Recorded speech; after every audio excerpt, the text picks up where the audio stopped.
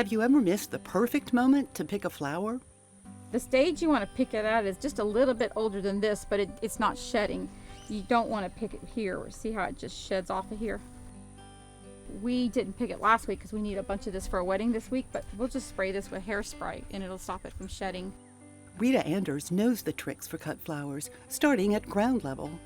From her Cuts of Color farm in Weimar, Texas, she and her assistants package up bundles of joy for the market, weddings, and every special occasion.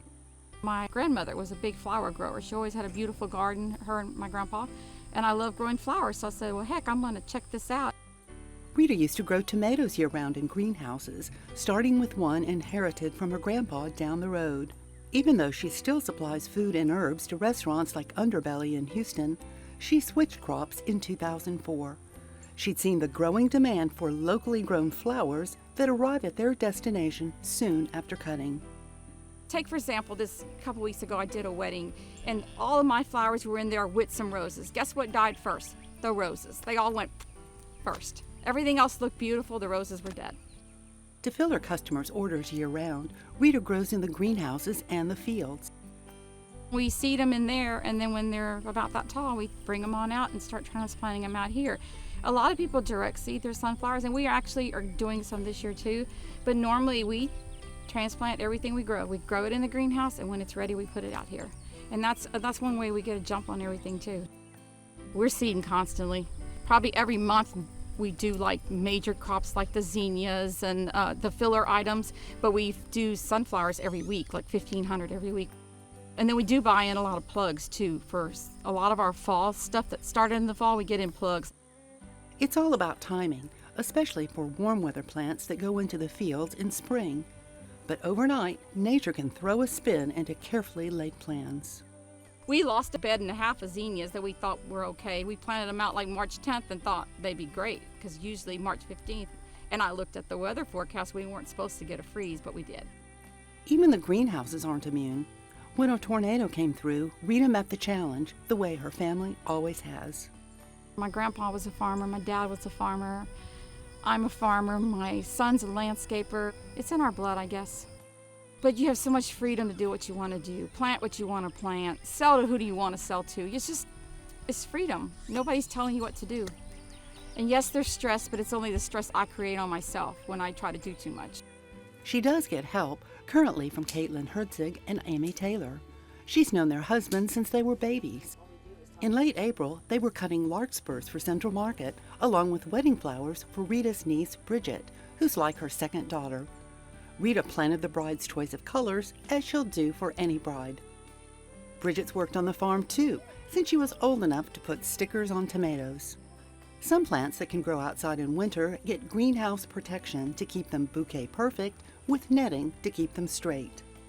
Otherwise, they go down on the ground, and then we usually can't use them because they go curvy and they're really hard to work into bouquets. Other plants that start in the greenhouse move outside in spring under shade protection. Sun lovers go to the fields. When the soil is warmed up, Rita also directly seeds summer annuals, 1,000 at a time. She rigged up a way to save her back. Pretend this row is empty, but I put the pipe down on the ground and I drop the seed in, and it lays on top of the ground, and I'll do all the seeds out first on one row, and then I come back and I just take this empty broom handle stick and I just barely punch it in the ground and cover it up a little bit. Rita companion plants for bouquets in every season. These are early cheer daffodils. We planted these like 3 years ago, and we harvest off of them in February, March, and then we let them die back, and we go ahead and wait till they're done, browned out, and we mow them over, and I mulch the bed, and I come back and plant celosia plants on top of them. And we grow celosia till the wintertime, till it freezes, and then we pull off the celosia, clean it up, and then the early cheer come back. We have another crop. We grow lilies, about 25 to a crate, and we start picking them when they get to be like this. When these two of the buds are colored up, we go ahead and cut the lilies off. And then what we do is we let them grow out for a little while to build the bulb for next year. And then when the bulb's done growing, we turn around and we go ahead and plant salad greens on top of them, and we keep harvesting salad greens till like now, because now the lilies are starting to come back from last year, so we'll get through harvesting the salad greens and let the lilies grow on back. Patrons at Houston's Underbelly restaurant tuck into Rita's freshly harvested food every week. Dill and fennel work for recipes and bouquet fillers.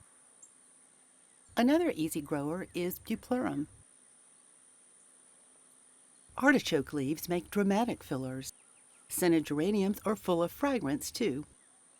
Statice is a traditional favorite. Succulents are really, really big in the wedding work this year.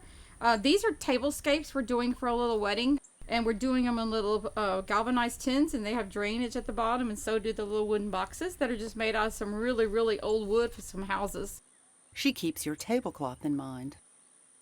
You can tell how old a sunflower is by the rings of pollen inside. This one here, hardly any little florets of pollen have opened up, whereas this one here, there's several around that little circle. We cut into very clean buckets. We wash all our buckets with chlorine, make sure everything's really clean. We cut into fresh water. What's her advice for customers once they get them home? And any vase you put your flowers in, it has to be very, very clean. You put flowers in a dirty vase and you're killing them. I always tell them to recut them just a little bit, and I give them a packet of flower food. And I tell them that they don't have to use it all at one time, like half, and then like 2 or 3 days, pour the water out, reclip them, and put the rest of the food in there with fresh water. And the people that do that, the flowers last. I'm the world's worst. I just put them in the vase and leave them. What about arranging your own cut flowers? I used to go in 1s, 3s, 5s. I never do 2 of anything. Like, you're not going to put 2 sunflowers in a bouquet. You're either going to put 1 or you're going to put 3 or 5. Odd numbers, and then textures and variety.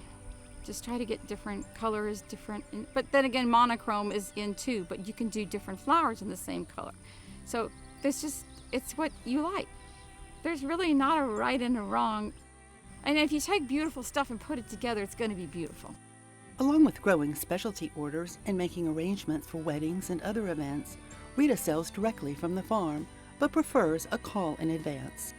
They're usually there on Wednesdays, cutting and packaging flowers to deliver to Central Markets in Houston on Thursday morning. Many flowers, like poppies, can be cut and kept in the cooler for a few days, unlike basil that can't be refrigerated. It turns black. Yeah. It's just like when you're growing it out in the garden. Once you start getting 40-degree temperatures, it doesn't like it. And we don't put our zinnias in the cooler either. We hand package everything here, but in the big wholesale places, everything's done pretty much by machine. Along with supporting the local economy and its families, Rita's satisfying a hunger for simply fresh beauty. Her long-lasting impact starts right at home. Miss Rita, she does everything handmade, and my sophomore year I took a floral design class, and so I got to learn all the aspects of what she does, and I'd have to say that learning about it makes us appreciate her job so much more because it is so tedious and she does a fantastic job.